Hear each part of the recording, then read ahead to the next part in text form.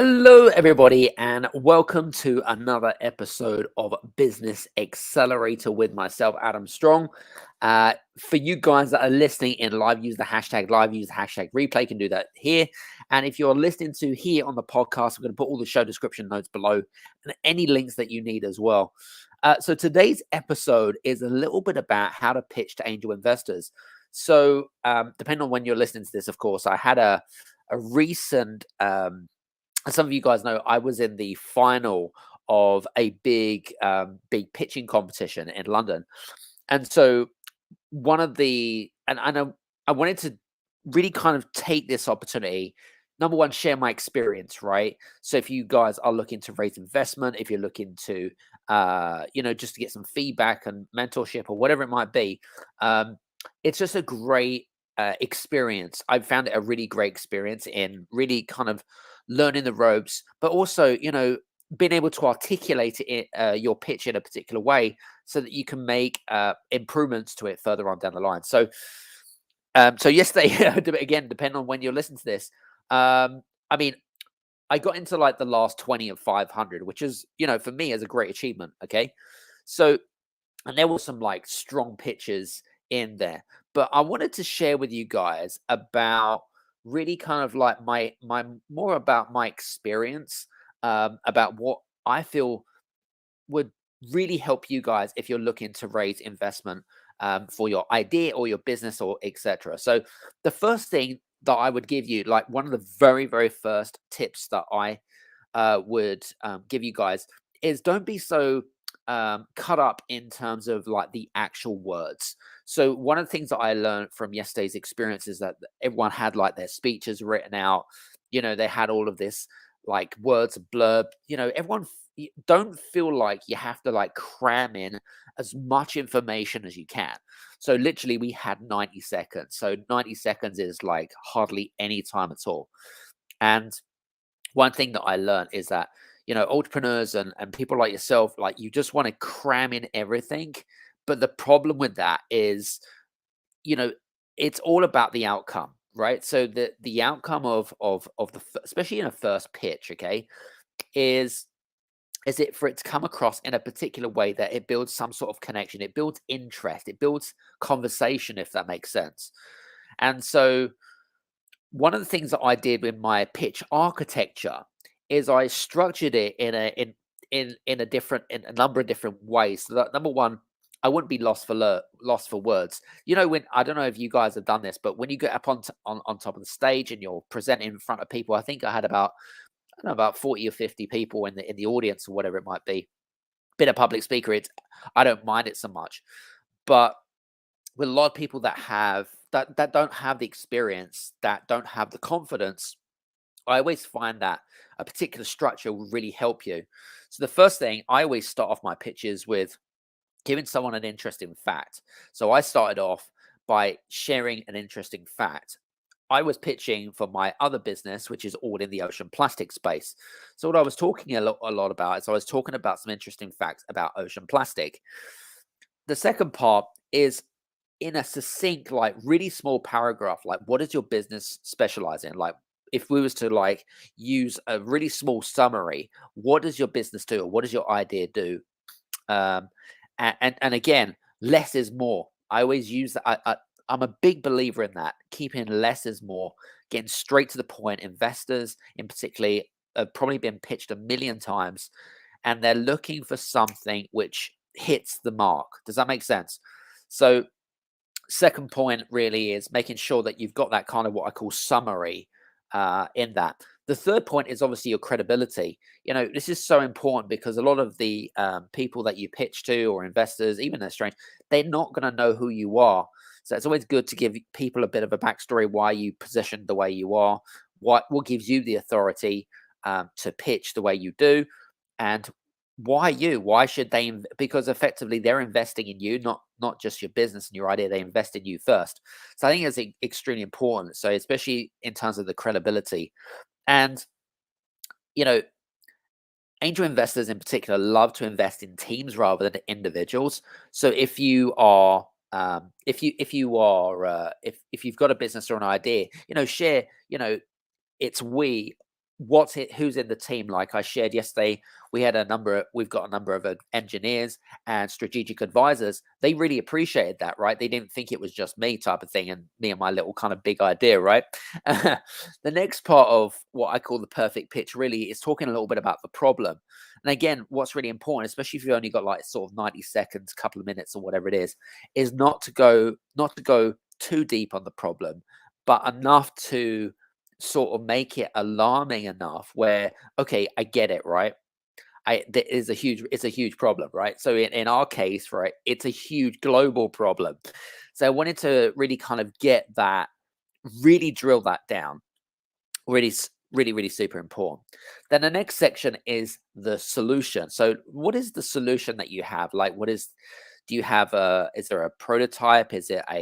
Um, is it a product that you want to create? Is it an app? Is it a piece of tech? Like, what is the solution? What does it look like? What does it feel like? How does it work? Um, and with regards to if you've taken any pre-revenue, so if you've taken any revenue, any profitability, what was your, the last sort of, if you've been trading, what sort of revenue, what sort of profit margins, um, knowing your numbers is extremely important, especially if you've already done some pre-revenue or you've done some testing. What did you discover during that testing? What did you discover during that period of time? Um, you know, for example, if you have a website, right, and you've been taking revenue, like what's the website traffic? What's the conversions?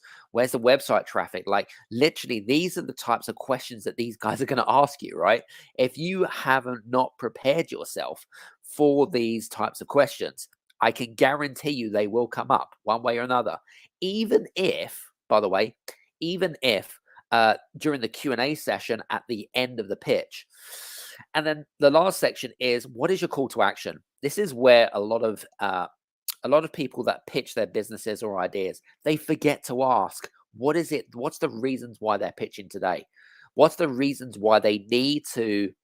What's the reasons why they're standing on stage presenting their business or idea? Like, what is it that you want? Do you want money?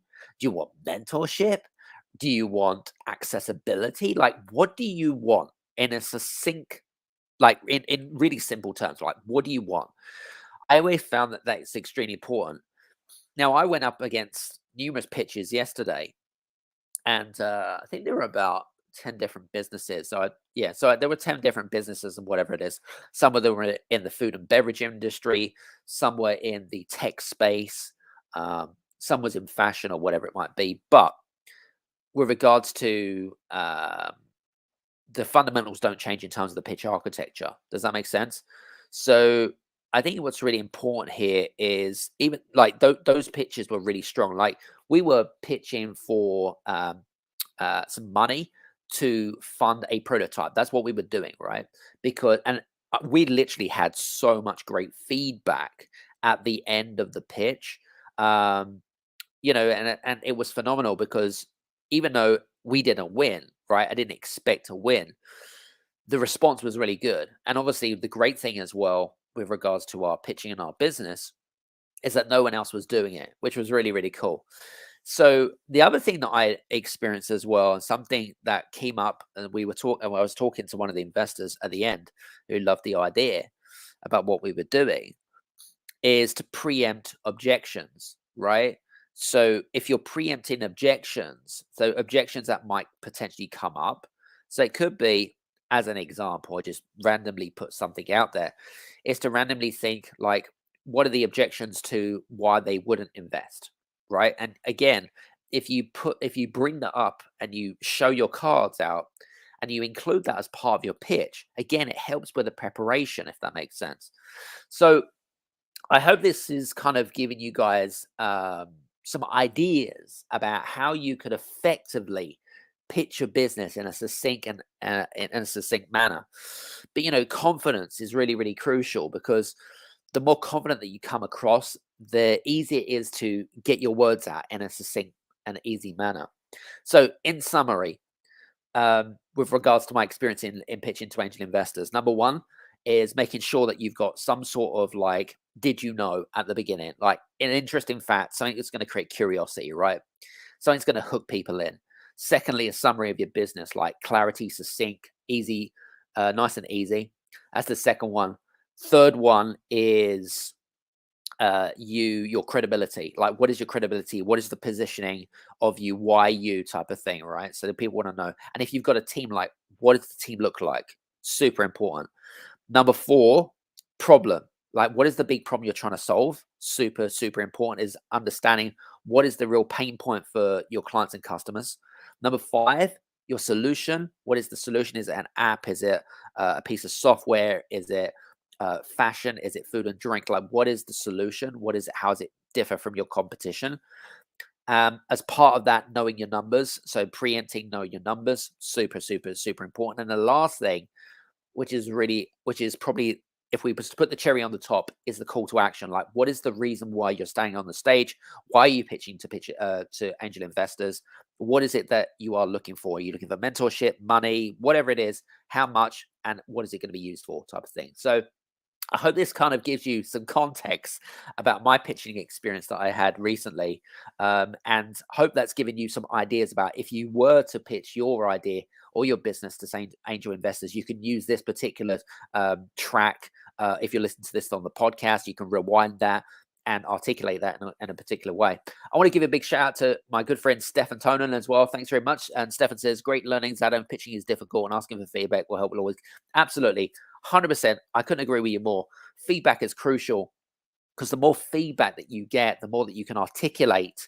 You can articulate your pitch in a way and make improvements along the way, right?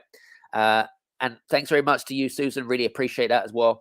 Depends on the angels. I guess it does depend on the angels who they are as well. One of the things that I actually mentioned in a previous show a couple of days ago, actually, is to do some preempted preparation. Like, who are the angel investors? Like the angel investors, we only had a couple last night, but one of them had an MBE, who was which is a special award from the Queen, and for his services to entrepreneurial services and things like that. But he'd done like multiple exits. He actually showed me at the end of the pitch. He was like, I write down ideas on a daily basis of things that I could start up with. And he goes, your idea was on my list. So and I was only speaking about it today. So we had automatically, we had this like connection, and he knew exactly what it is. So, yeah, but listen, it's all good. I appreciate it. Just want to say thanks very much. Yeah, absolutely. Thanks very much to you, Susan. I really appreciate you as well. And Eric Swanson, rock and roll, my friend. We need to catch up, definitely. Listen, I hope that you guys have enjoyed today's Business Accelerator. If you listen to the podcast, make sure you check all the the notes below. And make sure you connect with me on LinkedIn and on YouTube. Click on the bell notification, and I will see you back on here again. Take care. We'll see you soon. Cheers. Have a great day. Bye.